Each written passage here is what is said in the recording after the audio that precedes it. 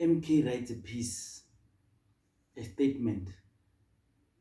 They are complaining, or it's a call to action for South Africans, but they are blaming the ANC of Ramaphosa. They are also blaming the DA because they collectively group them as the GNU, and they are blaming the Walus Jalus issue with Chris Hani, and they say they're sympathetic to Chris Hani based on what had happened. So I want to read the famous line always uttered by Chris Hani. So they say in that message,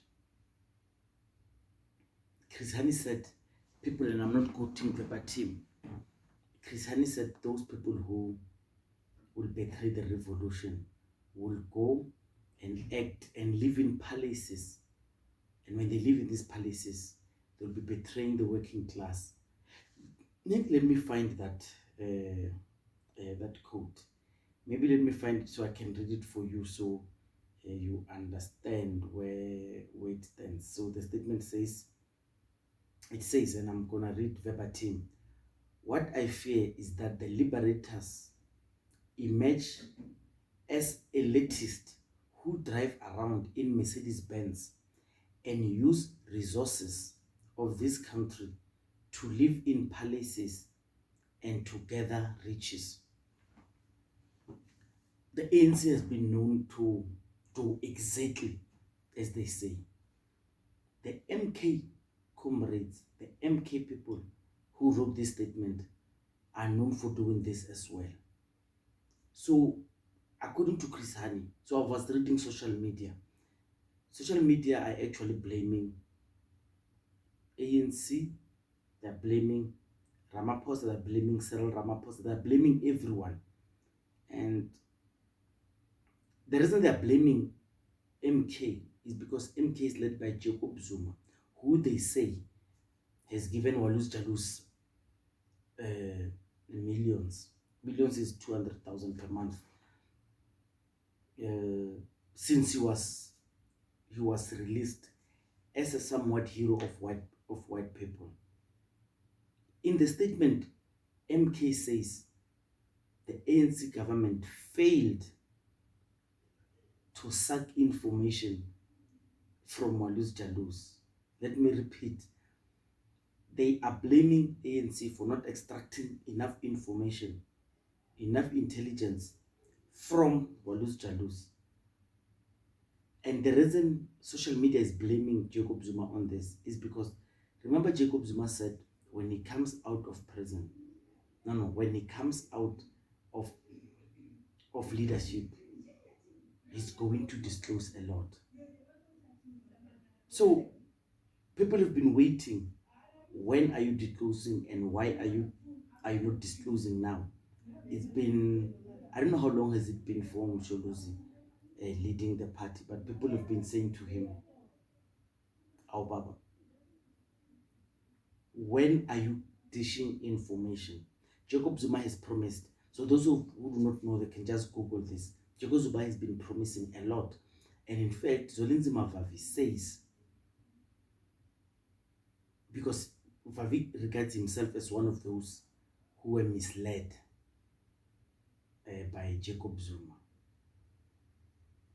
Of course, Ntsako Shibambu says he was, no, not Ntsako. Floyd Shibambu says he was misled by people to hate Jacob Zuma. But Vavi says Jacob Zuma misled him in hating other people. He said they were lying to him. So Zwelinzima Vavi says, amongst other things, I made a podcast on him. So he says, amongst other things, number one, he lied to us saying he will disclose people. Number two, he says he implicated Trevor Manuel as one of the apartheid spies. And Trevor Manuel took him to court, and Trevor Manuel won because Jacob Zuma did not provide any evidence to prove that is indeed honest. So I want us to talk. Who should we blame? There are, I mean, there are many comrades of the ANC who claim to know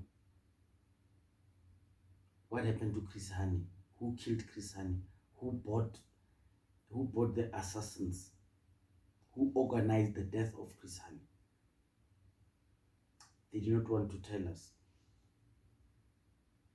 Uh, One of the most famous assassins is Dimitris Afendas, uh, who took away the apartheid that checked. Is it Foster? Yeah, it's there. So I could be uh, misdirecting facts here, but it's something like that. That person was hated by whites, but somehow was celebrated by the Africans. Walus Jalus story hurts the Chris Hani family. So if it hurts them, and the ANC know, and Jacob Zuma knows, Cyril Ramaphosa and all other ANC people who are silent, but they pretend they love the Chris Hani family, why can't they disclose it? Why can't they tell the Hani family what happened? I mean, I've not seen any of the struggle stalwart, when they die, they release a book. I have not seen it. They release a book that tells us the real history, because if they are still alive, they are afraid, because we've seen they are very afraid. They are very afraid to tell us the real history. They are afraid to tell us about Codesa. They are afraid to tell us about the current GNU. They are very afraid of a lot of things. But when they are gone and their legacies uh, is there, but they personally have nothing to benefit, why can't they tell us the truth? Who killed Kisani? Who orchestrated that murder? Who did all of those things? But MK says uh, it wishes the family of Hani well. MK is led by Jacob Zuma. MK is a party that is sympathetic to African people.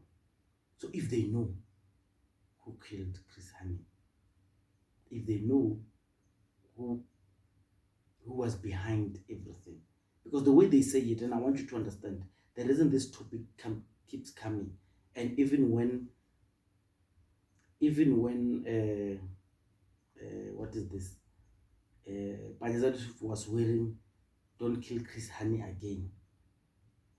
Mumbling started again, because number one, it is clear that comrades, when they speak about this, they are threatening to spill the beans on some of their own. So, meaning, in other words, ANC people orchestrated the death of Chris Hani. Watch it on social media. Everyone who alleges this seems to be holding that angle to say it's ANC people who took away Chris Hani. Why? For many things. I mean, he was non-compromising. He was, according to the comrades back then, Masuja Tambo, he did not want to sacrifice a lot. So they felt he was a problem. And this is what we hear from comrades, by the way. We don't make this up. He was so strong. He did not agree to a lot of things that were given by the Boers during negotiations. This is what we hear. And they always allege that it's one of his own people who took him away. By the way, Tony Yengene is receiving a lot of flack for this, for his death as well. They call him a betrayer. Those who are using that line of saying the liberators will become elitists who live in palaces, those people, they are as well implicated. Oh, but okay, the masses are implicating them for having done this. So I just want comrades, let's talk. What could be the reason behind those who say they know?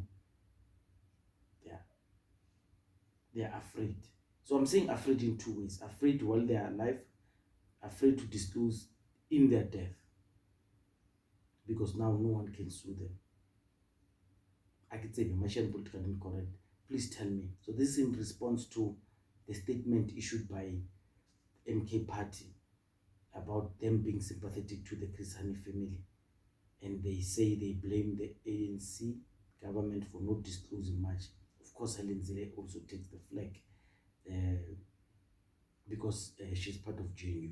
I just want you to, if you don't have it through the statement, I'm outside my studio, so my I've got limitations in terms of editing and stuff. But Mashana Political Correct, please let's talk about it. What is it that you feel should be done? Thank you.